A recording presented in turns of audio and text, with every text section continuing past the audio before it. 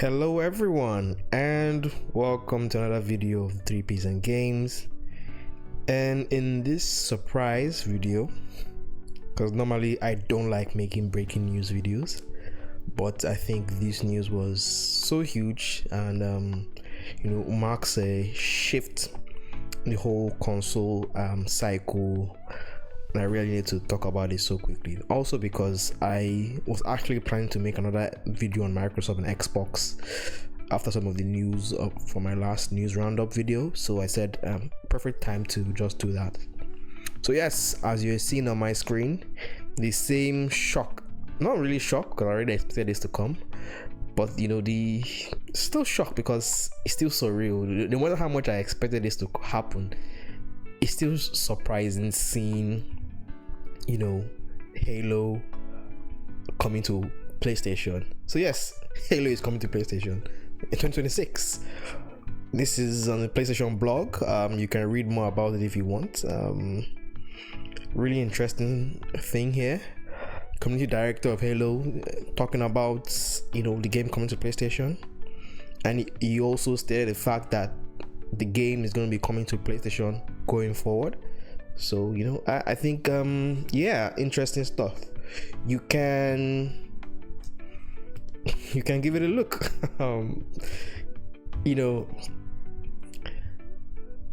Recently YouTube recommended a video about Halo 3's launch, and I remember how massive a launch Halo 3 was so many years ago.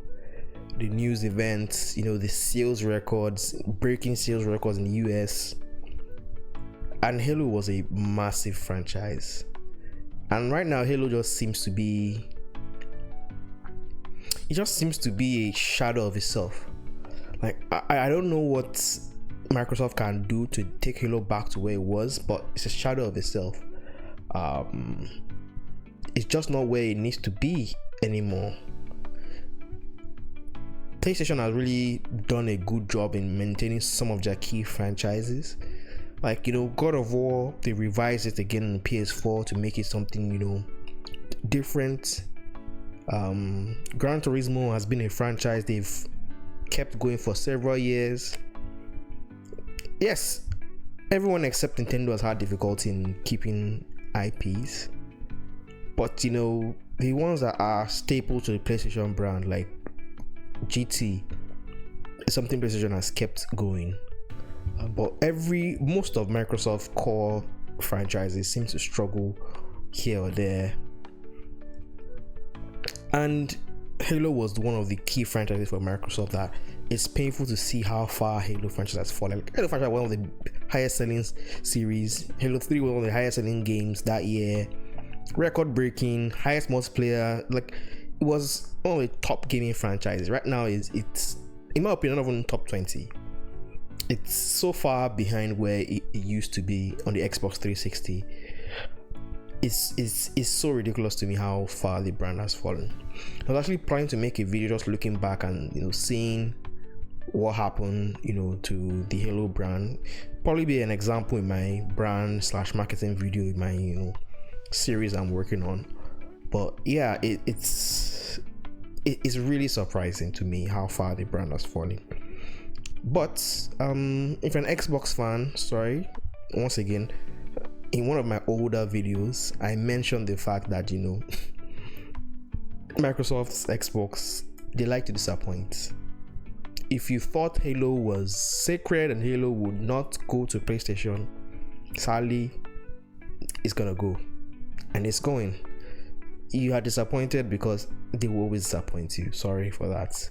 Unfortunately, Xbox and Microsoft, over the years, they've built this cult fan following, which they built themselves. You understand? They built this fan following. They built this console war attitude. It was intentional, so it wasn't just by mistake. It wasn't just fans just took it up. They built this kind of relationship intentionally, the same way Sega built that relationship versus Nintendo. But at the end of the day, they didn't have the products to back it up over the years. Fumble after fumble, and so many things, so many mistakes that could easily be prevented. I don't know how the Halo brand can recover, but maybe this is a step in the right direction. The positive for me, I see this as a way for the Halo franchise to break into new audiences, younger audiences on PS5, younger audiences, maybe if it comes to Nintendo Switch too as well. Hopefully it does, though Unreal Engine 5 games don't seem to be doing too hot on Unreal Engine on Switch, but maybe this will come in a downgraded form like Chronos, or maybe they'll make some remarkable changes to settings to make sure it can run well on the Switch 2. It should be doable. If this comes to the Switch 2, then we should see some remarkable gains in the younger audiences as well. So I think the new opportunity for the franchise to reach younger audiences, new audiences. They should also bring out maybe they shouldn't bring out the whole MCC Master Chief Collection. They should, if they want to do this remake for all the 3 major games or 4 major games, that's fine. But I think this is a way for this game to reach new audiences and maybe grow the franchise. PlayStation audience, they like trying new games, it seems, so this can be a way to break into new audience, younger audiences, and refresh the franchise and take the franchise to new heights. Will it get to the heights it was before? I doubt it. The lack of Bungie there is just clear. I don't think the Halo Studios, or 343 as they were called before, has done a good job understanding what Bungie did to make these games great. Maybe this will show they have learned. Let's see, but they haven't really done well with Halo Infinite and maybe Halo 5 as well. So yeah, but yeah, interesting day, really interesting day. Now I'm sure some of you may be wondering, why is Microsoft bringing Halo to PlayStation? Well, the answer is simple: they need more money. Now there are a lot of comments on this article written by Jason Schreier of Bloomberg. You can read the full article and get full details. The comments were about the fact that they're trying to get a 3% profit margin. Now, first of all, don't really have an idea of what margin this is. Is it net margin or gross? If it's gross, I think 30% is doable. Nintendo usually hits far higher than 30%, 34, 38 sometimes on a good year. Sony struggles a bit with their profit margins. Their margins are around 20 something percent, close to 30, but nothing too major. So yes, if it's gross margin, not too high, but if it's net margin now, that may be slightly high. But if you look at the fact that Activision, before they were acquired, Activision's net margin, in the heyday of 2020, 2021, where gaming was booming, Activision was making around 30% net margin after amortization and all those things are removed. So that is a high margin, and if you spend $70 billion to acquire Activision or whatever, it makes sense that you want to ensure you have similar margins. But Activision we're not putting their games on Game Pass. So now you're putting your games on Game Pass, you're gonna lose some of those sales that Activision used to get from Xbox. And are you gonna translate those sales to Game Pass subscribers? That may be difficult. So of course they have to raise Game Pass prices. If you're gonna get Call of Duty, you have to pay more, because profit margin it needs to be at least same level as Activision was, or close. Now it's not too far behind. So Game Pass prices increase, which is why we got Game Pass price increase recently, and they're gonna get another one next year, most likely.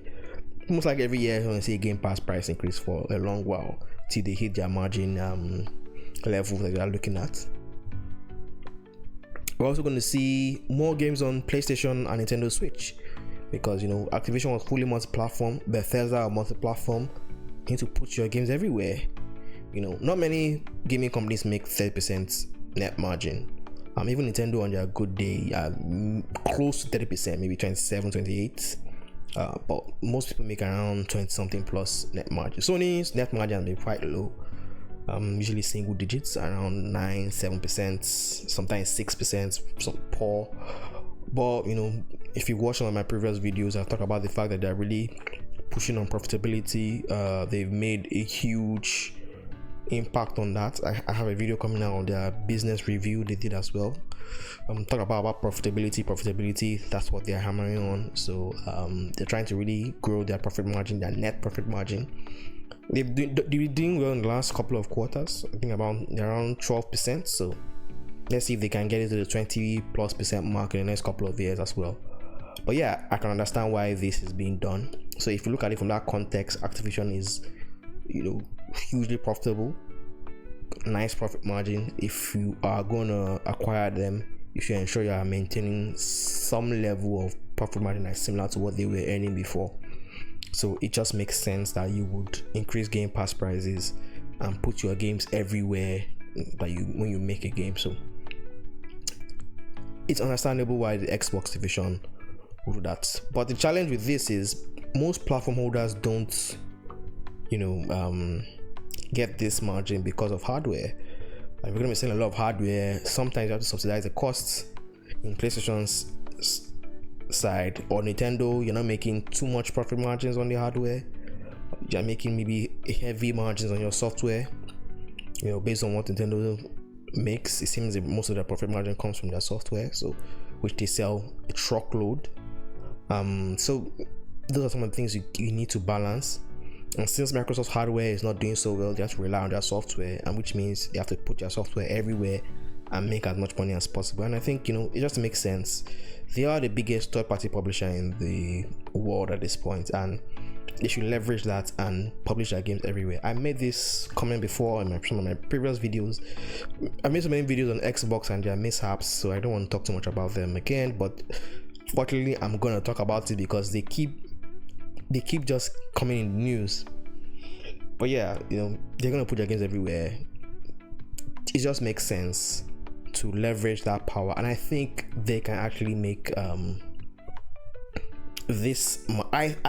I would think they can make this margin, if not for Game Pass. I think Game Pass is the one thing that throws everything in a wrench, and I can't really understand what their plan is for Game Pass with this. It's also been slightly confirmed, not really confirmed, but they've been talking about the fact they want to do a ad-free or ad-sponsored free cloud version of Xbox Cloud or xCloud, so you can play Xbox game from the cloud, or you just see ads. I don't know who that exactly is for, but let's see. If it's available, I'll give it a try as well to see how well it runs, and maybe we'll play games with ads. Maybe that's the future of gaming now, though. I don't know if a lot of gamers will tolerate that, but many of us paid for streaming because we thought there were no ads, and ads came in streaming, and we moved on. So it's one of those things. Consumer would, end of the day, choose based on the wallets and we decide. So that's another thing they're moving towards. But there's been some comments here and there after this whole announcement, and some comments from interviews Sarah Bond gave last week or recently. I'm going to go through some of those comments as well, because I think the interesting discussion needs to be had from them. So this is from Daniel Ahmad. He made a comment on another comment that Matt Booty of Xbox said. So he said our biggest competition isn't another console. When talking about putting Halo on PlayStation, he's saying we are seeking to meet people everywhere they are. We are competing with more on everything. TikTok, movies. Makes sense. If I'm using myself as a would I say benchmark, I'll say yes. My time is split. I've been trying to rewatch Naruto. I've been trying to finish Halo like 6 songs. So yeah, my time is split. I've been trying to do other things as well. So the free determined time I have, I split between many different things and TikTok as well. But to me, it's just a weird comment to make, And what Daniel Ahmad said here, is a director and research insight at Nico Partners. You can see, yes, it's correct, true, but I've been saying this thing for several years. I had heated arguments with people on this.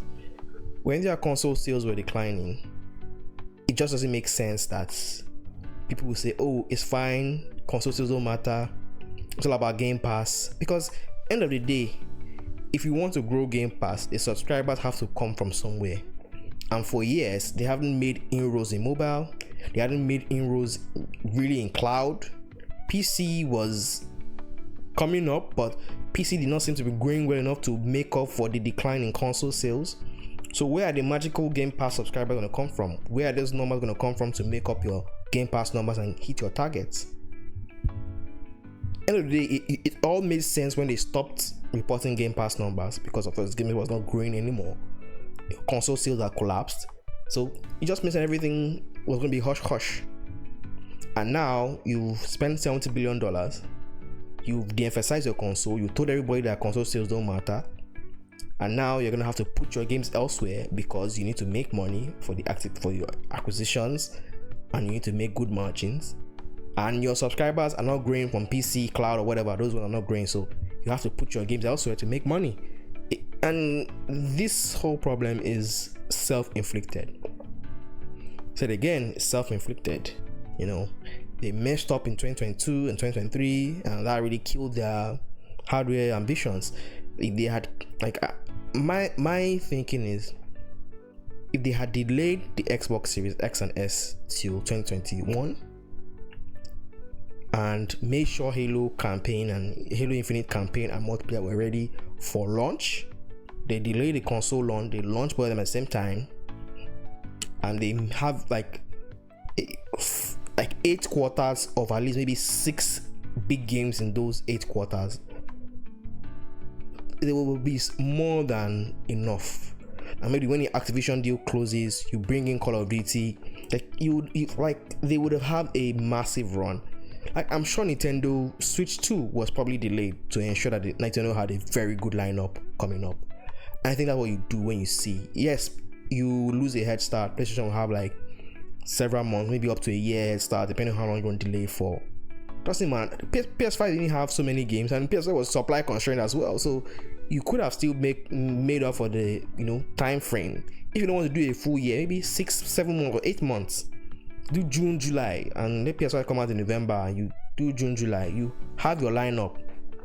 End of the day, the console is for games. It's for games. If you don't have the games, it doesn't make much sense. Yes, you still saw great boost in Xbox sales 2021. You had some good releases, but if you had scheduled the releases well, you would have seen that there's a gap in 2022 that is gonna hurt your console, and it's gonna push forward to 2023 as well. I'm gonna hurt your console. If you delay the console a couple of months, try to make sure you have a lot of games lined up towards the rest of the years and year quarters. I think they're gonna have a better launch. But end of the day, these things have happened. They've made their mistakes. They've corrected them in their own way, and we see this thing happen. Now, there were a couple of comments from Sarah Bond as well. She had an interview with Mashable recently, and she made a couple of comments which people found, not so interesting. I'm just going to read a couple of them. I think this is a great interview by Mashable. I think Timothy Beckworth was the one who wrote the interview, so you can go and read it on Mashable and just have a good idea. I would just look at the parts that really, ripple some feathers of some people. So yeah. So first of all, I think the first thing about this was she was asked about the next Xbox hardware, and the question was, the rumors are that the next gen console will be almost like a gaming PC in a lot of ways, and that it will be super high powered. What can you tell us about the next gen console? And you can read the full article, but the key thing here is the next gen console is going to be very premium, very high end, curated experience. And she goes on to say, you're starting to see some of the thinking that we have in this handheld. Now, the handheld she talked about, of course, the Xbox ROG Ally. To me, everyone seems to think the next Xbox console is going to be a hybrid console PC where you can leverage the benefit of Windows, and you can also get an Xbox, so you can play Xbox games and Windows games together, and over time everything will move fully to Windows. I think that's what they're looking at. They're probably going to have an emulator on it to emulate Series X, and everything be before Series X, and everything going forward, every game going forward on the next Xbox is going to be PC. There's not going to be an Xbox XKU separately. It's going to be PC, and everything's going to be PC alone. I think that makes sense, and that's the likely licensing way that will work, because developers are not going to be happy, making their console games work on PC without something. So maybe they'll do an emulator to run Xbox Series X games and everything beyond, so it'll be like a console interface, but we'll still have Windows interface for every new game going forward. I think that just makes sense. Microsoft has ways. They're a big company, they will find ways to fix any technical issues or whatever licensing agreements they need to adjust to make that possible. I think it's going to be a hybrid of some sort. I'm not really sure on how they're going to do it. A lot of licensing stuff that we need to discuss between developers and publishers, but going forward, everything will probably be coming to Windows directly. So another part of our discussion was the fact that a comment she made which seemed to rub people wrongly. The interviewer asked a question talking about where do big blockbuster exclusives fit into this, or does it fit in at all? And she mentioned a comment. She said a comment. She said, and the idea of locking it to one store or one device is antiquated for most people. So she's talking about exclusive. She's talking about the biggest games like Call of Duty, Minecraft, Roblox, that they're everywhere. They're driving community, and people gather and have experiences. And she's talking about the fact that the idea of locking a game to one store, one device is antiquated for most people, and you should be able to play with your friends anywhere, regardless of whatever device or store they are on, whatever. Yes and no. In a way, gaming is kind of headed in that direction. If you are for the mass market side, I agree. But if you're for the premium side, like Nintendo, exclusive matter. Nintendo just dropped Pokemon Legends ZA, and Legends ZA has done 5.8 million units in a weekend. Like, that's more than most games will sell in years. And it's exclusive to Nintendo Switch. Nintendo Switch is breaking sales record on a regular basis. Probably going to be the fastest selling console in a year by the time this year is done. Selling well. Legend ZA is moving Switch units, breaking records in Japan. I'm sure when the US sales figures for this month comes out, we're going to see how well it has done as well. The truth is, exclusive sales systems. It's what it is. PlayStation is going to have good sales this month as well due to Ghost of Yotei. Makes sense. Exclusive sales systems. When the next PlayStation major game comes out, like Wolverine or maybe Intergalactic, whatever comes out, I think it's Wolverine, most likely, fall 2026, it's going to sell consoles. If PlayStation has something major before Wolverine, it's going to sell consoles. I don't think PlayStation needs to have anything major before Wolverine. GTA 6 is coming out in May. Halo is coming to PlayStation. I think they don't need to do much now. Like, just rest till Wolverine comes out in fall. Leave everything to the third parties, and just let PlayStation be the best place to publish, which is what their key thing is. PlayStation should be the best place to publish. Just go and rest. Let the industry take over for the rest of the year. Resident Evil comes out, Resident Evil 9 comes out in early in the year, GTA comes out in May. So many games come out before Wolverine. Just rest and relax and let the third party sell your hardware. Your competition is bringing its own games to the hardware as well. Gears E-Day or Fall or what's the other game from Microsoft? Fable, yes, Fable. Yeah, Fable is coming to PlayStation as well, most likely, and Gears E-Day is going to come to PlayStation most likely. So if those games come to PlayStation, Starfield as well, most likely. PlayStation has no business stressing on hardware sales. Third party will sell the hardware for them. At this point, Microsoft needs to, with the price of the Xbox, with the price of Game Pass, Microsoft needs to give things for free to get people to buy the Xbox at this point. So Sony just needs to go and relax. So exclusives matter, when third-party games are not just there to sell your devices. Exclusive matter. Wolverine is going to be the reason why people say I'll get a PlayStation over an Xbox to play third-party games. It's Wolverine. Those are the kind of things people say.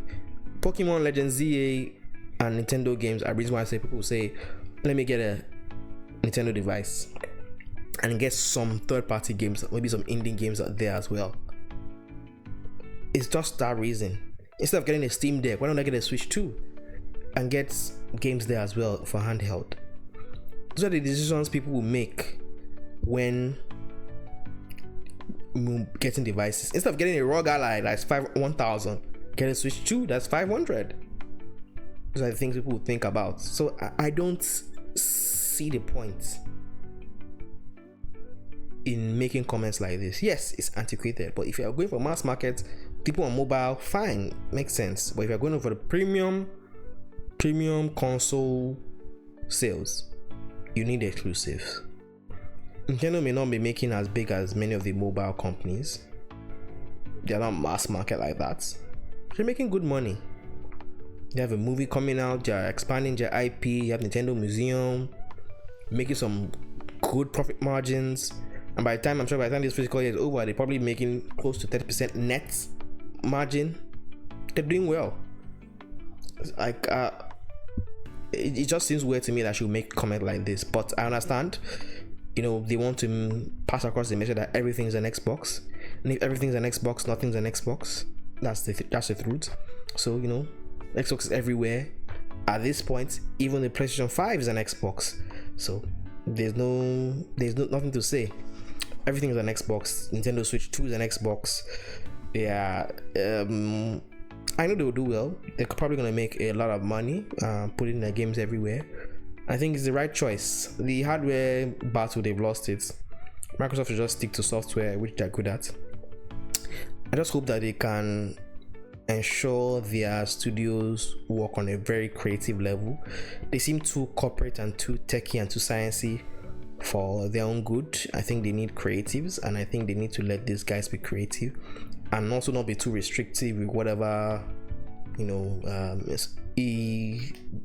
sustainability goals they have. They need to just make sure that these guys are creative and are going to create fun experiences, and they should sell IPs that they don't need. Like they should have just sold Perfect Dark to Take-Two. I don't know why they didn't do that, but yeah, sell IPs you don't need. Focus on what you're going to bring in cool cash and move on from there. Yeah, I think it's an interesting video looking at Microsoft. Thank you very much if you've been watching this. So just had to make this quickly, and stay tuned for more videos from 3 Piece and Games. Thank you.